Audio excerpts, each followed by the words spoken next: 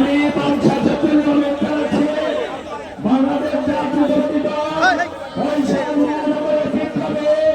সংগ্রামের সদস্য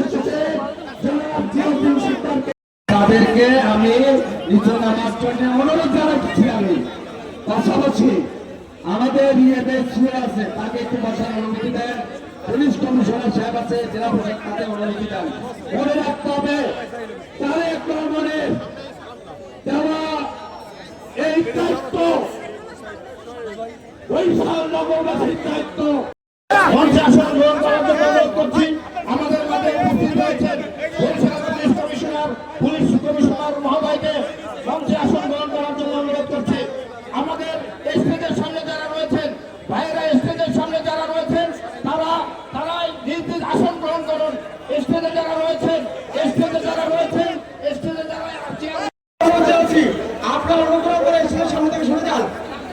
আজকের এই সংবর্ধনা অনুষ্ঠানে বরিশাল সিটি কমিশনার আদানি আজকে নাগরিক সম্বর্ধনা আজকে আমাদের মধ্যে ইতিমধ্যে আজকে নবনির্বাচিত প্রশাসক মহোদয় আমাদের মধ্যে উপস্থিত হয়েছেন। আমাদের অনুষ্ঠান এখন শুরু হবে।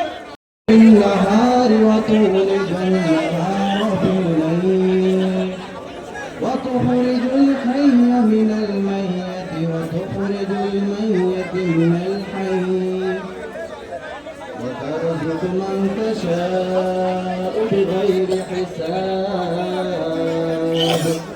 صدق الله العظيم। মাননীয় প্রধানমন্ত্রী উনি আমাকে যে দায়িত্ব দিয়েছেন একটি নতুন বাংলাদেশ গড়ার অঙ্গীকার আছে ওনার, সবার আগে বাংলাদেশ, সেটাকে মাথায় রেখে আমাদের ভিতরে কাজ করতে হবে। সবার আগে বরিশাল সিটি কর্পোরেশন, এই চিন্তা থেকে আমরা আগামীতে বরিশালকে সাজাতে চাই। এবং উনি গতকালকে আমাকে ডেকেছেন, আমাদেরকে ডেকেছিলেন। যেহেতু আমরা গতকালকে বিকেলে দায়িত্ব বুঝে নিয়েছি, যার জন্য উনি প্রথম একটি কাজ উনি আমাদেরকে দায়িত্ব দিয়েছেন যে আপনাদের শহরটি যারা পরিষ্কার করে তারা অত্যন্ত অবহেলিত, তারা অত্যন্ত স্বল্প আয়ের মানুষ, তাদের জীবনযাপন অনেক কষ্টের। সুতরাং আমি আমার তরফ থেকে প্রধানমন্ত্রীর পক্ষ থেকে উনি পরিষ্কার পরিচ্ছন্ন যে আমাদের এখানে কর্মচারীরা আছেন তাদের জন্য একটি ঈদ উপহার দিয়েছেন। এবং এই মহৎ উদ্যোগটা নিয়েই আমি আমার কাজ শুরু করতে চাই। কারণ শহর পরিষ্কার থাকলে আমাদের মন পরিষ্কার থাকবে, আমাদের পরিবেশ পরিষ্কার থাকবে, আমাদের আলো বাতাস, আমাদের আবহাওয়া পরিষ্কার থাকবে, আমরা একটা সুন্দর পরিষ্কার তৈরি করতে পারবো। কারণ যে পরিচ্ছন্নতা কর্মী কষ্ট করে একদিনও যদি শহরকে পরিষ্কার না রাখে সেই পরিষ্কার কিন্তু সেই শহর আর পরিষ্কার থাকবে না। সুতরাং আমরা যে স্লোগান দেই গ্রিন সিটি গ্রিন সিটি, এটা তাদের উপরে নির্ভর। শুধু আগামীতে তাদের মাধ্যমে এই বিতরণের মাধ্যমে আমি আমার কাজ শুরু করবো।